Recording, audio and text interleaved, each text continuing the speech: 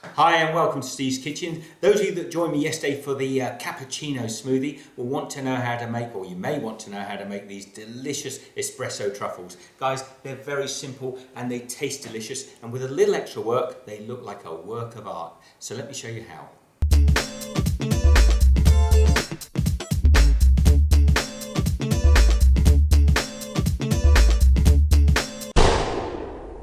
So we're starting off our truffles with a chocolate ganache. I've got 300 grams of chocolate in there, whatever your favourite chocolate is, and I'm going to add 100 grams of thick cream into there. So we've got 3 parts chocolate to 1 part cream. So with the cream in there, we're just going to shake that so the cream sort of covers all the chocolate. Use a little spatula if you need to. So now that's going in the microwave for 1 minute, and I'll show you what that looks like after it comes out. Now you'll see after that's been in for a minute, although it looks as if those chocolate bits are still entire, if you let that sit for a few seconds and then just take your spatula and just start to mix it through, you'll see the buttons have actually started to melt. Now there are still solids in there, so that needs to go in for another 30 seconds. Okay, after that comes out, let it settle for another 30 seconds or so. Now it's important not to overheat it in the microwave and scald the chocolate or scald the milk, but I think this will probably start to mix together nicely now. Okay, depending on your microwave, you're going to end up with this lovely smooth and glossy milk chocolate in here. Right guys, it's at this point you can decide whether you want espresso or cappuccino. Now I'm using 4 teaspoons, I want a strong coffee flavour in here. If you like a little bit less, go for it. So I put 4 teaspoons of freeze-dried coffee into there, and we're just going to mix that through. And you can smell the coffee now in the chocolate. And keep mixing that through until it's nice and smooth. Now there's a reason, guys, we haven't used fresh espresso coffee, because it would make the mix too wet, and you don't really want to use grinds either because it will make it too gritty. Now we're just going to set that aside now in the fridge for a few hours, maybe 2 to 3 hours, until it's thick enough to handle. Once that's come out of the fridge, it's pretty firm now, and that's ideal. We can you can use either some teaspoons and you can sort of scoop it and make little balls with a teaspoon like that.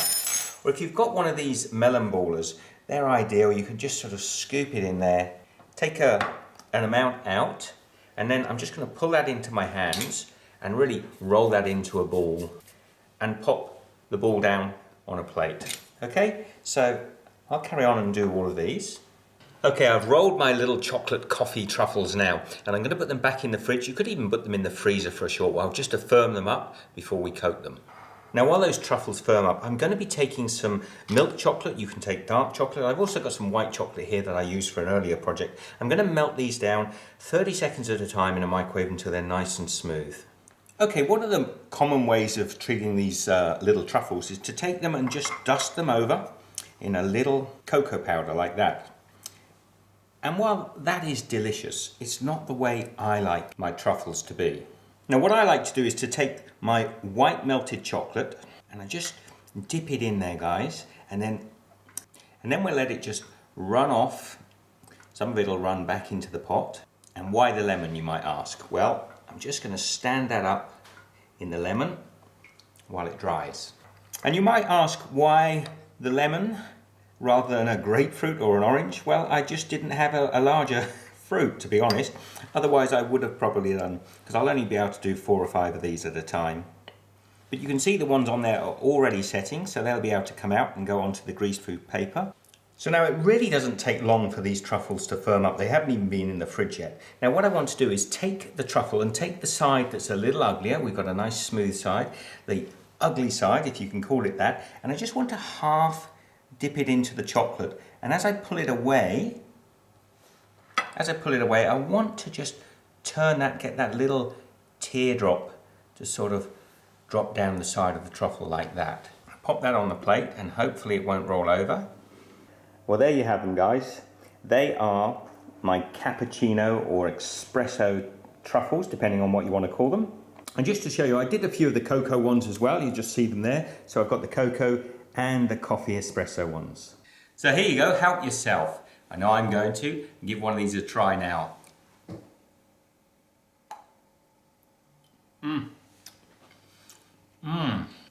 They are absolutely delicious, guys. You have to give these a try.